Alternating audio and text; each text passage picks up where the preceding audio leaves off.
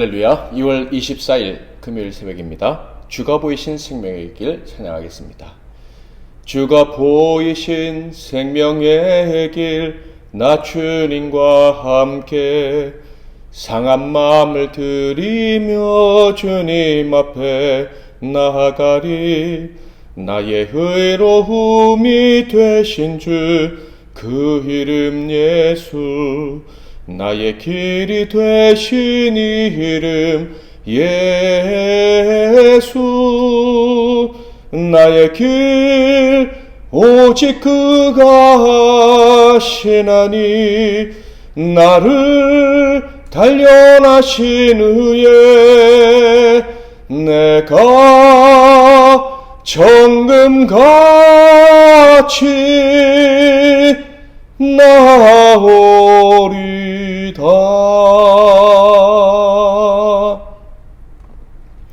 오늘 하나님께서 주신 은혜의 말씀은 구약성경 시편 101편 말씀이 되겠습니다.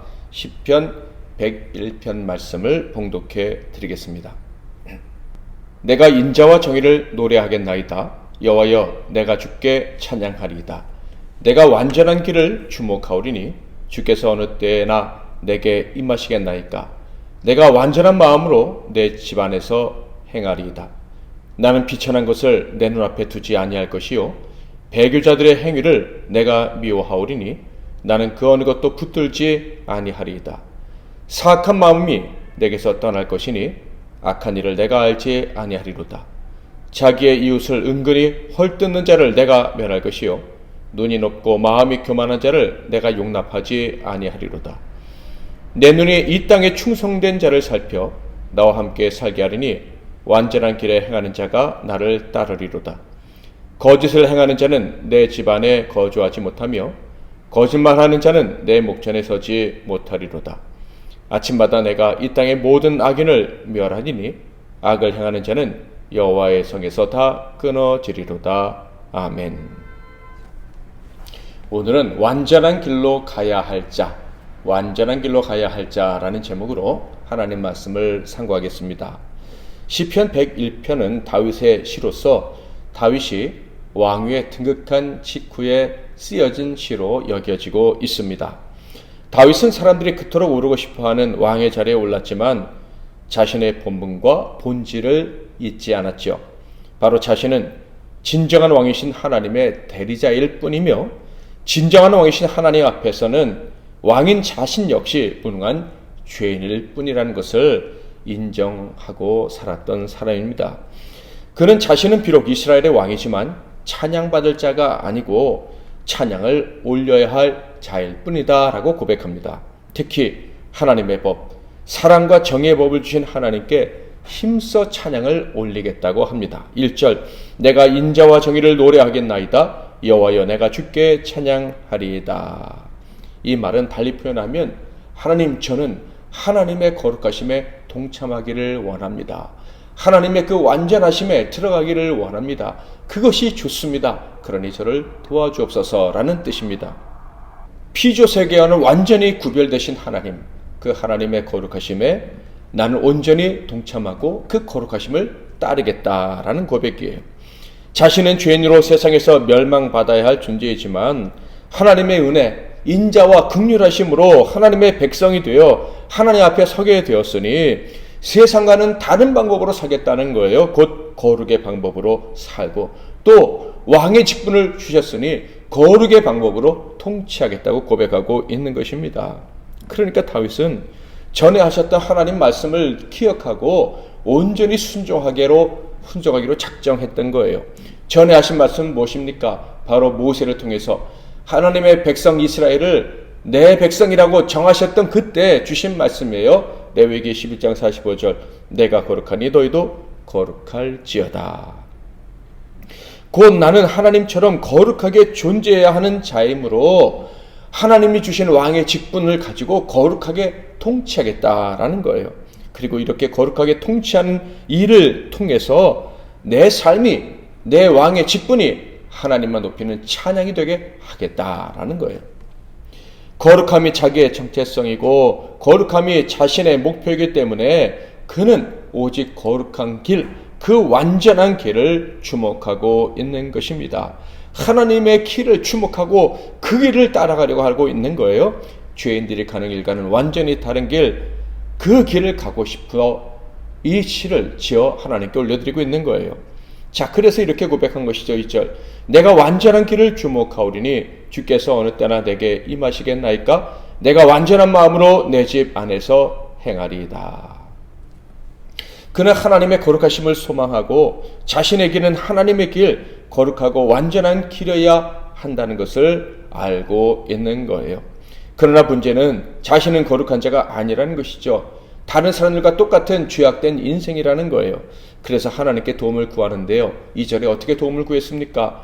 주께서 어느 때나 내게 임하시겠나이까? 라고 고백을 하면서 도움을 구하는 거예요. 이 말은 하나님의 영이 저를 도와주셔야지만, 언제나 저를 도와주셔야지만 저는 완전한 길, 하나님과 같은 거룩한 길을 걸어갈 수 있다라는 거예요.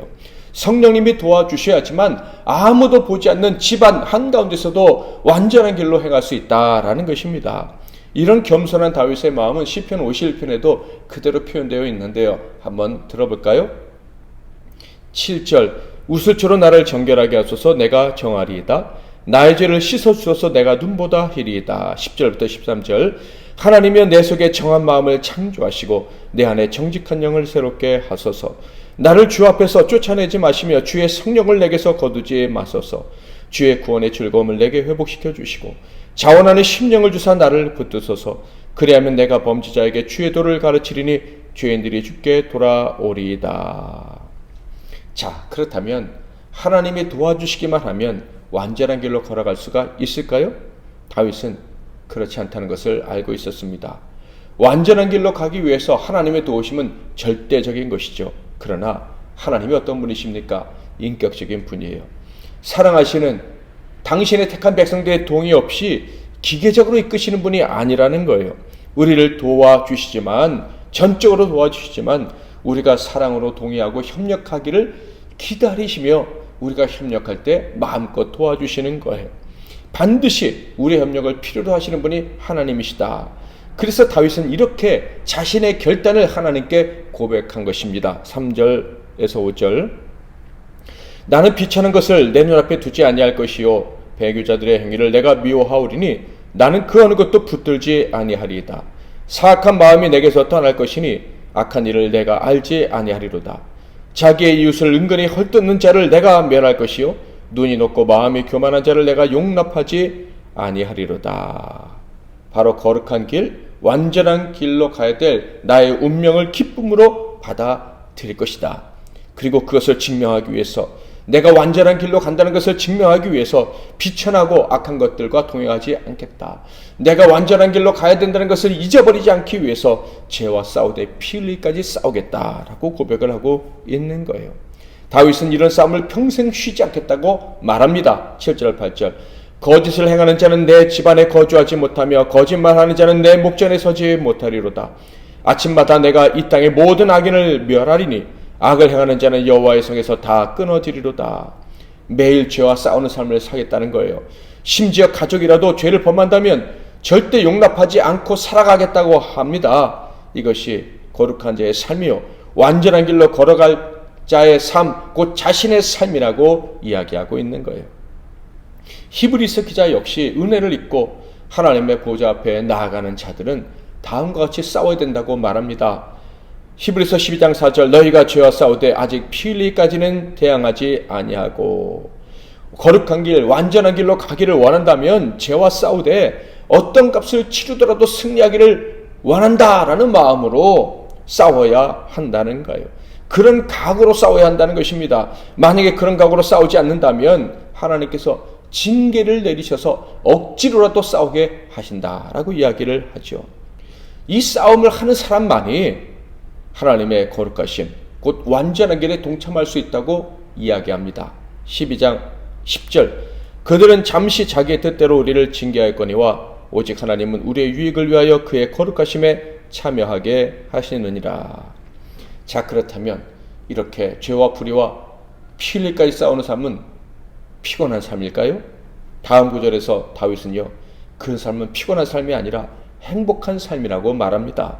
진정한 친구를 얻게 되는 삶이고, 그리고 진정한 친구들과 동행하는, 거룩한 자들과 완전한 자들과 동행하는 복된 삶이라고 이야기합니다. 6절, 내 눈이 이 땅에 충성된 자를 살펴 나와 함께 살게 하리니 완전한 길에 행하는 자가 나를 따르리로다. 사랑하는 성도 여러분, 우리의 길은 정해져 있다는 것을 잊지 마시기를 바랍니다. 우리의 길은 거룩입니다. 왜냐하면 우리는 이미 거룩한 사람들이기 때문에 그래요. 고린도전서 1장 2절, 고린도에 있는 하나님의 교회 곧 그리스도 예수 안에서 거룩하여지고 성도라 부르심을 받은 자들과 또 각처에서 우리의 주 곧 그들과 우리의 주 되신 예수 그리스도의 이름을 부르는 모든 자들에게. 성도란 말이 무슨 뜻입니까? 거룩한 무리다 라는 뜻 아닙니까? 그러므로 우리는요, 우리 자신이 내가 성도라는 그런 직함을 얻은 이상 거룩한 사람이라는 것을 잊으면 안 되는 거예요. 이것이 우리의 본질입니다. 이것이 우리의 정체성입니다. 그러므로 우리는 거룩하게 살아야 되고, 거룩하게 살기 위해 결단해야 되고, 거룩하게 살지 못하게 하는 모든 것들과 싸워야 하는 거예요. 호랑이가 고양이처럼 살려 한다면 참으로 불쌍한 삶이 될 것이고, 심하게 말하면 꼴불견이죠. 우리는 거룩하신 하나님의 아들과 딸들입니다.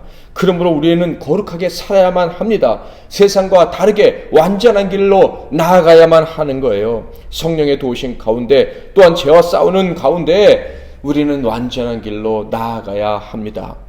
저와 여러분에게 허락된 이 놀라운 정체성을 잊지 말도록 하십시다. 이 거룩한 자가 가야 될 길을 위해서 늘 기도하기 바랍니다. 첫째, 성령의 도우심을 구하는 기도가 멈추지 않기를 바라고요. 둘째, 매일 죄와 싸워 승리하리라는 결단과 함께 하루를 시작하기를 원한다는 그런 기도가 우리에게서 끊어지지 않기를 원합니다. 매 순간 죄와 타협하지 않도록 깨어있는 삶을 살아감으로 완전한 길, 성도라고 부르는 자들에게 합당한 길을 걸어가는 저와 여러분이 다 될 수 있기를 주님의 이름으로 축복합니다. 말씀 붙잡고 기도하시고 승리하신 하루 되시길 바랍니다. 하나님 아버지, 이 자격 없는 죄인들을 성도, 거룩한 무리로 불러주시니 감사합니다. 그러나 여전히 우리에겐 천박함이 남아있고 부끄러운 삶이 반복되고 있음을 고백합니다. 어떻게 하면 우리가 더 거룩해지고 그리고 거룩한 무리들과 함께 살아가는 즐거움을 맛볼 수 있겠습니까? 이 일을 위해 우리의 싸움이 멈추지 않게 하시고 타협하지 않도록 우리에게 성령의 힘을 부어주시옵소서. 오늘도 죄와 싸우게 하시고 거룩한 길을 걸어가는 우리 모두가 되게 하옵소서. 예수 그리스도의 이름으로 기도하옵나이다. 아멘.